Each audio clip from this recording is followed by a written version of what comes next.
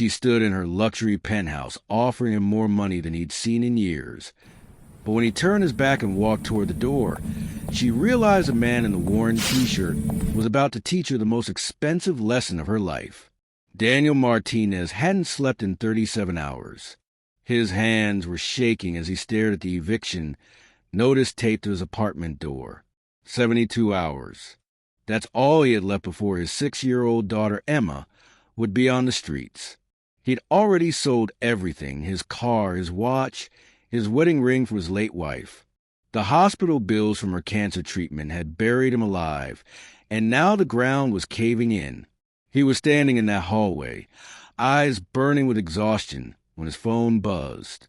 A message from an unknown number. "I have a proposition for you. Come to Skyline Tower, Penthouse 4. Tonight, 8 p.m. Come alone." Daniel almost deleted it. Almost. But something has got told him to go. Desperation makes you do things you'd never consider. Desperation makes you brave and stupid at the same time. Skyline Tower wasn't a place for people like Daniel. The lobby had marble floors that probably cost more than his entire life. The elevator required a special key card just to reach the penthouse level. Security looked at him in his faded blue t-shirt like he was lost, but then checked their list and waved him through, confusion spreading across their faces. The elevator doors opened directly into a penthouse that looked like it had been ripped from a magazine. Floor-to-ceiling windows overlooking the city. Twilight painting everything in shades of blue and gold. That's when he saw her. Victoria Zhang. Everyone knew that name. Texio. Forbes list. The woman who'd built a social media empire from nothing and was worth $3.2 billion by age 34. She was standing by those massive windows in a striking red outfit. And when she turned to face him, Daniel felt like he'd walked into a trap. "Daniel," she said, walking toward him. Her voice was cold, calculated. This wasn't a friendly meeting. "How'd he know my name?" She gestured toward the leather couch. And as he sat down, she slid a manila folder across the glass coffee table. Inside were photos.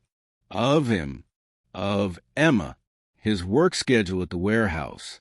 His bank statements showing a balance of $17.43. His entire life, exposed and analyzed like a specimen under a microscope. "I know everything about you," Victoria said, standing by the window with the city lights behind her. "I know your wife died 14 months ago. I know you work 3 jobs. I know you're about to lose your apartment. And I know you're a good man drowning in a system designed to crush people like you." Daniel's jaw clenched. "What do you want?" Victoria walked closer, and for the first time, he saw something crack in her armor. Vulnerability. Fear. My parents are traditional. Chinese immigrants who built their fortune through sacrifice and expect me to marry someone they approve of. Someone stable, family-oriented, respectable. They're threatening to remove me as CEO and hand the company to my cousin unless I bring home the right kind of man to our annual family gathering this weekend. She paused, her hand resting on the back of the couch. "I need you to pretend to be my boyfriend for one night. For hours. You meet my parents, you smile, you play the part of the devoted single father who's captured my heart, and in return, I'll give you $10,000. Cash. Tonight, before we even go." The room started spinning. $10,000. That was 3 months of rent. That was food for Emma. That was the breathing room he'd been praying for every single night. "Why me?" Daniel whispered. "Because you're real," Victoria said, and suddenly her voice wasn't cold anymore. It was breaking. "Everyone I know is fake.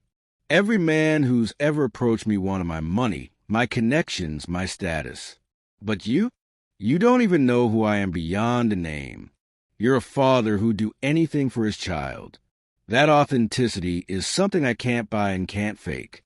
My parents will see it. They'll believe it." Daniel looked at the folder, at his life, spread out like evidence at a crime scene. And after? What happens after this one night? We never see each other again. You get your money. I keep my company. Everyone wins. It was perfect. Too perfect. Every logical part of Daniel's brain screamed yes. Take the money. Save your daughter. Swallow your pride for 4 hours and survive. But then he thought about Emma, about the conversations they'd been having lately, about how she'd asked him why people at school said money was more important than being good, about how he'd told her that who you are matters more than what you have, about how his late wife Sarah had always said, "Our daughter is watching everything we do. We're teaching her how to be human." Daniel closed the folder, and then he did something that made Victoria's eyes go wide with shock. He stood up. "I can't do this," he said quietly. "Excuse me?" Victoria looked like she'd been slapped. You're turning down $10,000? Do you understand what I'm offering you?" "I do, and I understand what it would cost me."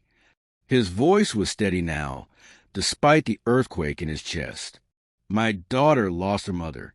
She's 6 years old, and she's watching me navigate this nightmare, learning how to be a person by watching how I act when everything falls apart. If I take your money for pretending to be something I'm not, what am I teaching her? That integrity has a price? That you can rent yourself out when things get hard?"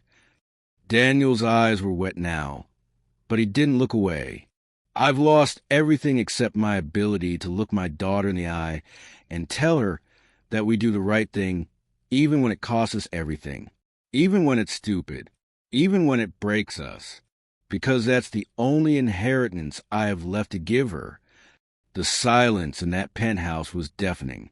Victoria was staring at him like he was speaking a foreign language, like he'd just revealed himself to be from another planet entirely. "You're really walking away," she whispered, "from $10,000. You're really... I'm really walking away." Daniel turned toward the elevator, his heart shattering into a million pieces, knowing he'd just sealed his daughter's fate, knowing they'd be homeless in 72 hours, knowing he'd chosen principle over survival, and that the world would call him a fool. He made it 3 steps before Victoria's voice stopped him cold. "Wait!" He turned around. She was walking toward him now, and tears were streaming down her face. Real tears, the kind you can't fake. She reached out and placed her hand on his shoulder, a gesture so human, so raw. It cut through all the wealth and status between them. "Nobody's ever," her voice cracked, "nobody's ever walked away from me before. Nobody's ever chosen their values over my money. Do you understand how rare that is? Do you understand what you just showed me?" Victoria's hand was still on his shoulder, and she was looking at him like she was seeing a person for the first time in years. "I don't need someone to pretend for my parents," she said softly. "I need someone to show me that people like you still exist in this world. That integrity isn't a fairy tale." She stepped back and picked up her phone, making a call right there, right in front of him. "Dad, I'm not bringing anyone to the gathering. I'm coming alone. And if you want to remove me as CEO because I won't play your games, then do it. Because I just met someone who reminded me why we build companies in the first place.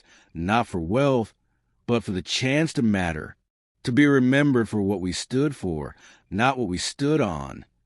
She hung up and looked at Daniel with something like wonder. "I'm going to pay off your rent for a year. I'm going to set up a trust for Emma's education. And I'm going to offer you a position in my company.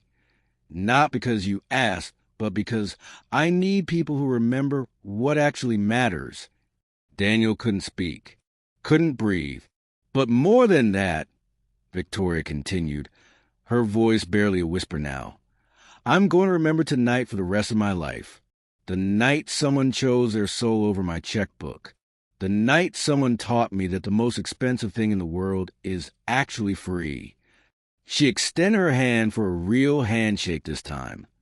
Not a business deal, but a connection between 2 human beings. "Thank you for walking away, Daniel Martinez." You just saved more than your daughter's future. You might have just saved mine. Because sometimes the most powerful thing you can do is walk away from what everyone else would kill for. And sometimes that's exactly when everything